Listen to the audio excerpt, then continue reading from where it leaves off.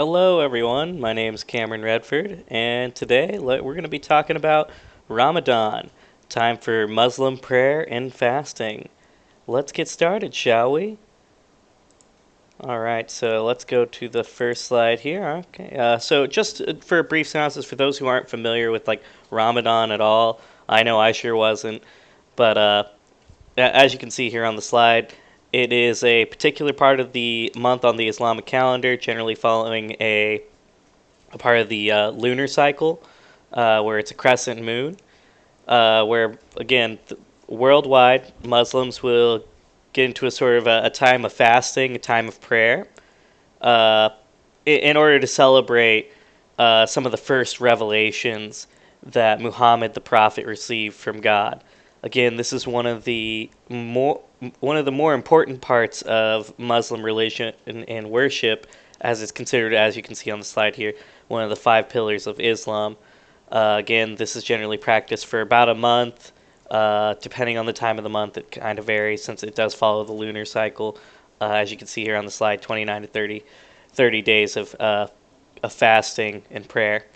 But we're going to get into that. So, first things first, let's talk about the nature of the word or where it comes from.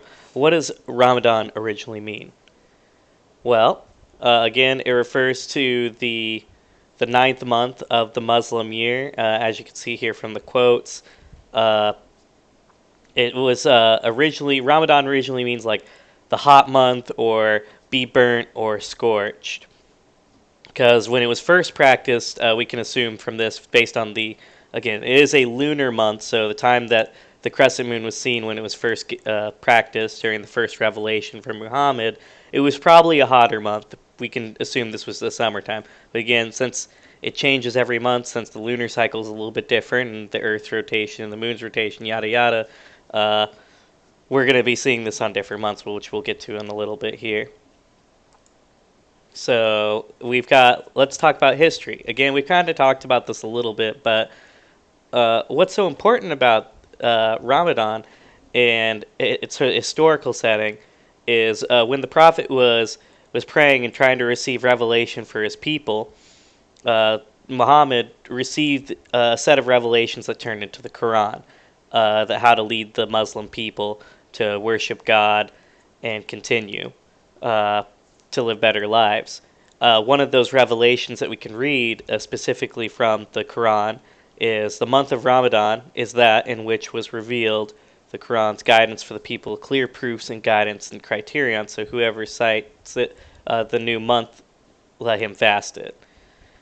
So that we get specifically from the Quran, from the Prophet Muhammad, and hence why it's such a celebrated holiday, or not necessarily holiday, but celebrated religious practice, one of the five pillars, because of specifically how it was stated in the Quran.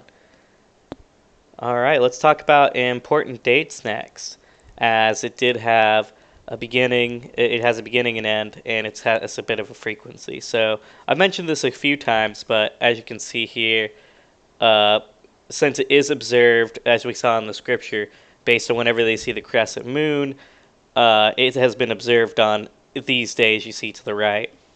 Again, it's always on the uh, the ninth month, or at least they try to make it on the ninth month. Um, and it is practiced on all these months. You can see right over here. Again, based on the lunar calendar. So again, begins last night of the month of Shaban, and then at the last night of the month of Ramad is the equivalent of like 27 to 30 days. Again, they practice this every year on the lunar calendar. And again, there is a bit of variation from the days since it generally follows the lunar cycle.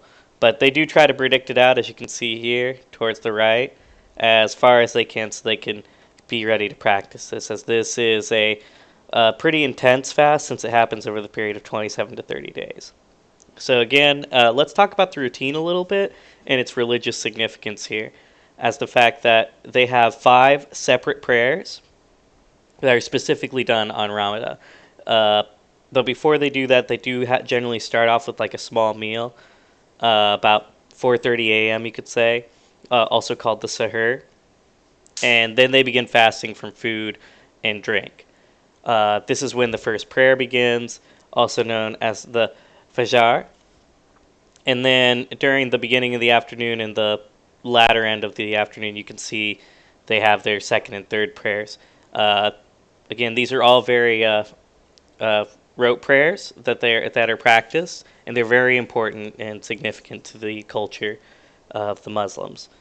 Again, now as for the last two prayers, they're also really significant, as the fourth prayer happens before they break their fast for the day, but before they eat as well, and it's called the Maghrib prayer.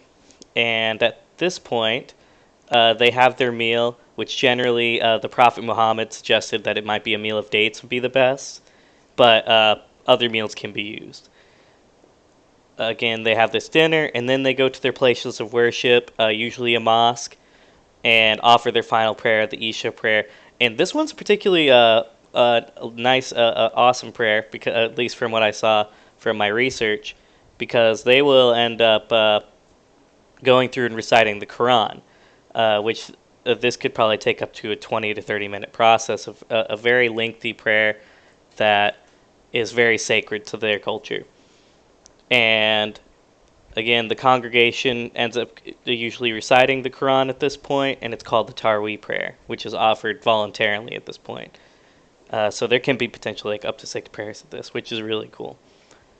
And let's go to cultural practices, because again, the Ramadan is a great significant part of the Muslim lives. Therefore, it has a great cultural impact on the Muslim people. There's several different cultural twists they add to this to add to their worship. Again, we've got, as you can see here, town criers are performing prayers at dawn. I mean, you got ballads where I almost said ballads, ballads, but ballads to celebrate this cultural significance. Again, different cleansings, and there's so many different things that they include in this. Maybe different special meals for the family that they have at the end that they're preparing for this, or children singing songs. And because again, it's not required for children to necessarily practice this, especially if they're under the age of 8. But if those who are 8 and older can practice with their elders if they so choose. But there's different cultural significances to this practice. Again, from the conclusions I've drawn, again, this is still one of the most important parts of the worship in the Muslim faith, and it ends up being a great experience for all of them, as they do end up abstaining from things that are more carnal in nature, like smoking, drinking, or anything that's carnal in nature, just so they can, as they say, develop self-restraint and avoid unlawful things and acts the rest of the year. Again, it's a time of great self-reflection for the Muslim people, and they find great spiritual renewal in this time. It is ultimately, I think, a good practice that they do, and if nothing else, it helps, as they say, develop good self-restraint. Even in the Christian world, you can see that there's fasting there. Maybe not to such an intensity as a 30-day fast, but again, there's improvements that can be seen from spiritual and physical sides from this practice. Again, here are the references. Hopefully you enjoyed and learned a little bit. I know I sure did. You can see all the references right here if you want to take a look around. Thanks again, y'all, and I appreciate y'all staying with me. Y'all have a wonderful day.